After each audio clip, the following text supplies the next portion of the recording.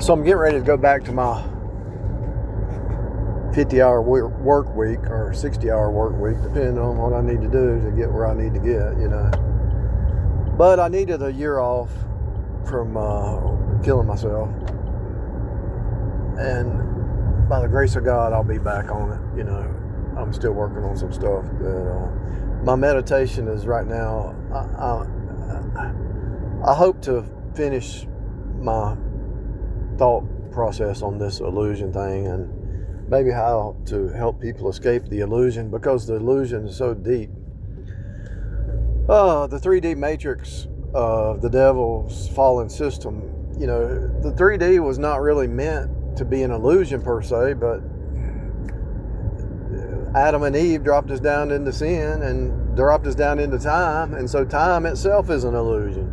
If you go back and watch all the time travel movies, and I did that in 2017, if you watch all the time travel movies, you'll find out that they're all the same. And then you'll say, well, wait a minute. So everybody's talking about, I want to time travel. No, you don't. You want to escape time. You are already a time traveler. You are already a time traveler in your 3D body, but you don't want to be a time traveler. You want to stay in the now.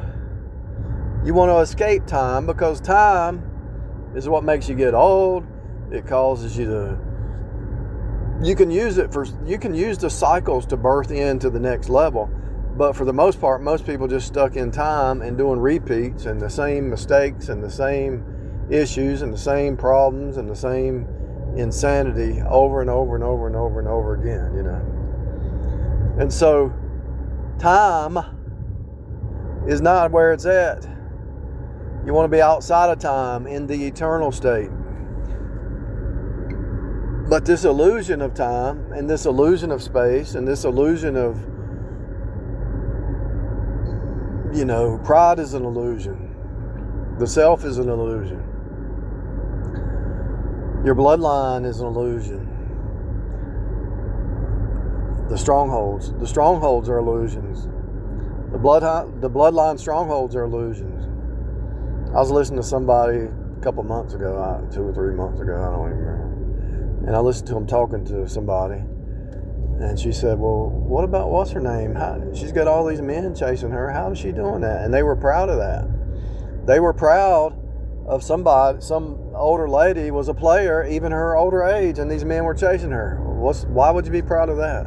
Because that's an illusion. That's the delusion of the flesh mind. Instead of rebuking that lady for being a player at 60 years old or however she was, I mean, come on. How's that even possible? Wanting to be a player at 60 years old? What's that about? And they were proud of it. And they thought it was great. And I'm sitting here scratching my head thinking, that's sick. It's upside down world to me. So the flesh mind to me is upside down world. Once you hit the spirit mind, everything in the flesh is upside down. So when you're talking to these flesh creatures, they're upside down. Not only are they upside down, they're destroying their own heart and their own soul and their own mind, and everything about them is upside down. It's like, yuck. You still stuck in that? You haven't escaped the matrix? You've had your whole life to escape the matrix and you don't even know you're stuck in it? You think it's normal? You just go round the mountain, round the mountain, round the mountain, round the mountain, round the mountain for 60 years and you never escape the matrix? Or 70 years. There's some people in 70 years. They're still worried about what other people think. Outward show, fake reality. Look at my nice car. Look at my new shoes. Who cares? Who really cares? I can go to the grocery store. I can go to the mall and look at shoes. A million shoes. If you still have the consumer mindset instead of the creator mindset, you're still in the matrix. If you're just a consumer and never a creator, you're still in the matrix. If you get your entertainment out of consuming instead of creating, you're still in the matrix. And once you start creating anything, once you start to become a creator, and even especially if you're trying to reach down and hit some souls with some truth, you can't leave that. That's more addictive than any drug on the planet could ever be, because you're trying to reach a soul for eternal life instead of eternal damnation. You're trying to reach souls to lead them to eternal life. That should be more addicting than anything on the planet. Anything and everything. It shouldn't even, it's a no-brainer, to be honest with you. If you can use some words to create surgery, you create some words that penetrate down to the spirit, soul, joints, and marrow using God's word, and you can hopefully skillfully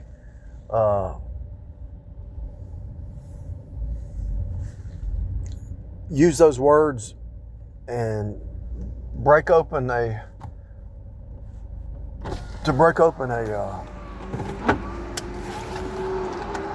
stronghold. You got something going on.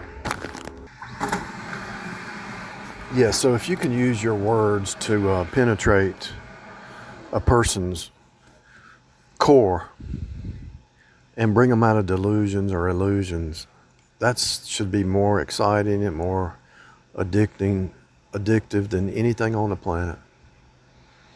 You should rather do that than anything. If you ever experience that, in other words, if you've got a gift, pulling something out of the ether, and you become a portal of that truth, and you speak it out into 3D, you pull that truth out of the 5D, you speak it out into 3D, that's more addicting than anything on the planet. And so when people come at you and they start saying, hey, let's go to this football game, you're like, why? Let's go watch this TV show. Why? Let's watch this movie. Why? Let's go here. Why? You've done it a million times and you know the source behind it, and all movies are the same. All TV shows are the same. All activities are the same. You go play putt-putt, you've played it 1,000 times in your mind already. It's like, okay, we've done this before, what's next? You know, once you go through the cycles so many times, there's nothing else out there but truth. And so when you go to the putt-putt, you start to decode the putt-putt. You go into the putt-putt and you say, okay, what kind of truth what am I doing? I'm going around a bunch of greens, concrete. In other words, when you go to the putt-putt, you're sitting there thinking, well, how can I make me a business that's making money like this? There's more entertainment in building the putt-putt building and the course than actually playing it. You'd have more fun building it and designing it, pouring the concrete. But other people just go to have fun, to entertain them. And the true entertainment is to attain truth in the inner man. Real entertainment is taking and attaining the truth in the inner man. The outside is just a cycle repeat. So the outside is a cycle to birth in the inner man. So if all you're thinking is consumerism and not creation, you're missing out on your human potential. You're missing out on your potential. I don't care if it's painting. I don't care if it's a website. I don't care what it is. If you're not creating something, you're missing out on your potential. It's got to be a hobby, some kind of hobby. It's really wild stuff. And so as you see the illusion that's happening all around people, you see source code, and then you see the illusions they're believing, and you see everybody's in their little box, in their little world, you're like, you're just kind of just standing back. Sorry, I was in a drive-through. I didn't know if they were listening or not. So yeah, when you step into the creation mode instead of the consumer mode, and you start to create stuff, even if it's just a hobby, you're exercising what? You're made in God's image. God is a creator, so He made you in His image, and so you step into a new kind of vibe. You step into really who you are. And if it's all just about partying and drinking and not really creating anything or not thinking about anybody else but your own selfish desires and selfish goals, and you're not reaching out to help anybody else, that's not life. That's not life. That's death. That's death. If the river's coming into you and that's all you're doing is receiving and you're never giving back, that's not life. If the flow is coming into your ear gate, your eye gate, and your whatever, and it's not going back out, that's not life. Think about a man and a woman get married. The woman receives seed and she gives back a baby. If it's just receiving and not giving, whatever it is, I'm not talking about marriage necessarily, but I'm just talking about give and receive. If it's not a flow of give and take, reciprocal, give and take, receive, give back, if it's not a flow like that, then it's not life. It's dead. It's stagnated. It's stagnated. If all you're doing is taking, you're stagnated. Because it's coming in, but it's not going out. You're stagnated. You're stagnated. And that's not life. You can't drink stagnated water. You can't drink stagnated water.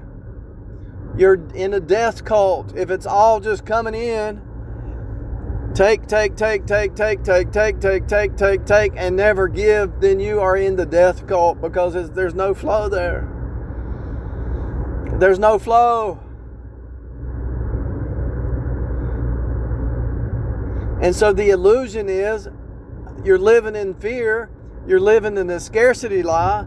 You think that it's not going to flow in if you give. If you give, you're thinking, oh, it's not going to flow in. I'm just giving it all away. Well, the more you give, the more it flows. The more you do, the more you serve, the more it flows. The greatest among you is a servant. That ought to tell you some deep spiritual truths. The greatest among you is a servant. That's how you get rich. You create a service. You want to get rich? Become a servant and create a service for other people to serve, because that's their calling in life. The greatest among you is a servant. Servant leadership. Even servant leadership. Most people say, I want to be a leader. And I want to be served. I want to be queen bee leader.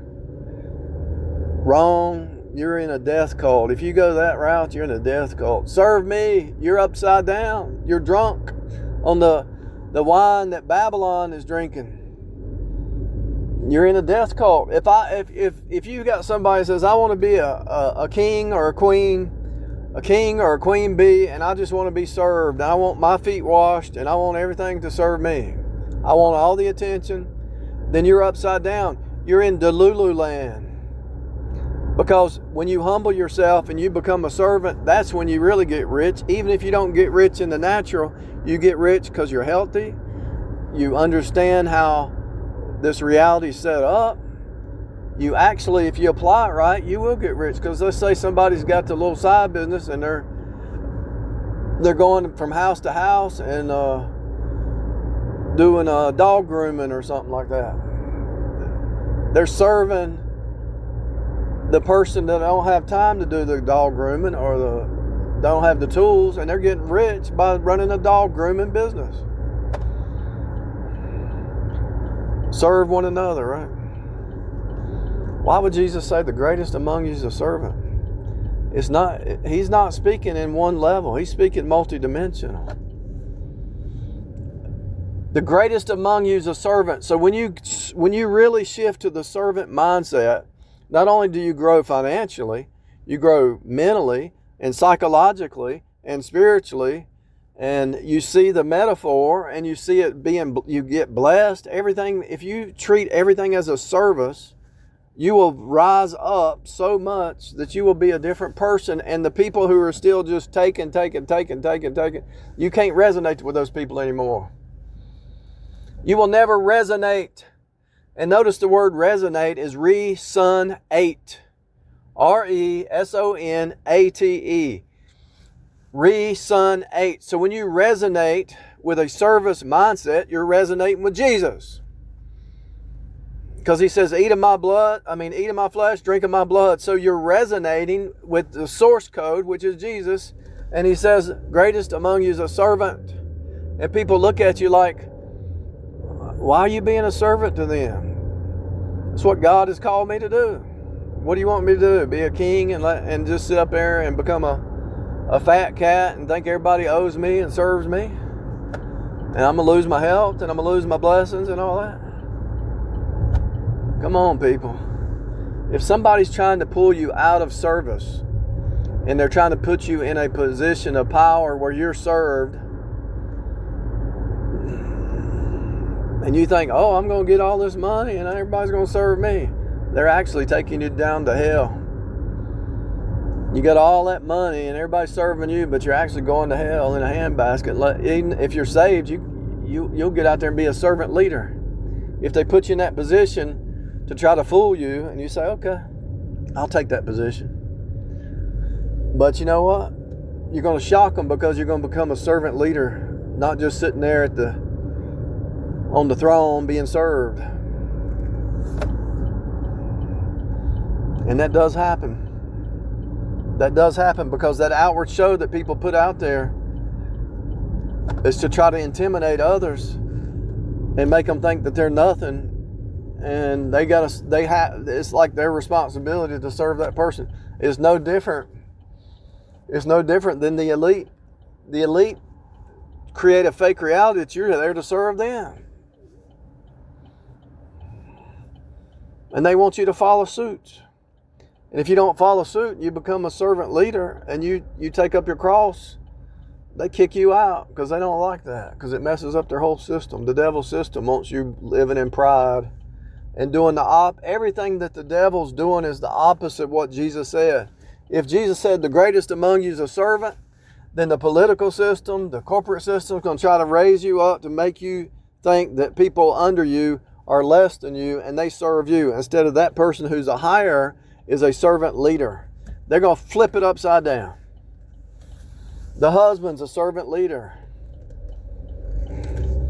The wife is a servant leader for the children. She's teaching the children how to be a leader, how to be a serve.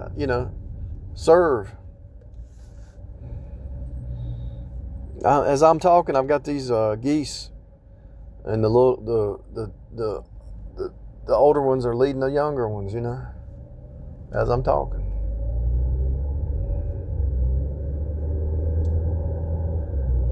Servant leadership not even being talked about hardly. But it's multidimensional. When you read something in the Bible, it's multidimensional. Everybody says, oh, is the Bible literal or spiritual? Both. Both. All the above. Is it allegorical? Yes. Is it metaphorical? Yes. Is it esoteric? Yes. Is it all? If you can think it, it's all of it. All the above.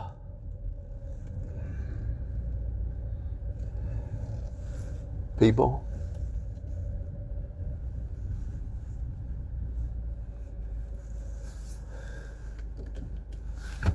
I want to be served because I want to be important. I want people to see me. You're upside down. I feel sorry for you. I don't even want to be your friend. I couldn't be around you more than 5 minutes because that's a narcissistic system that you've been following. And you think it's normal. You think it's normal to be a narcissist.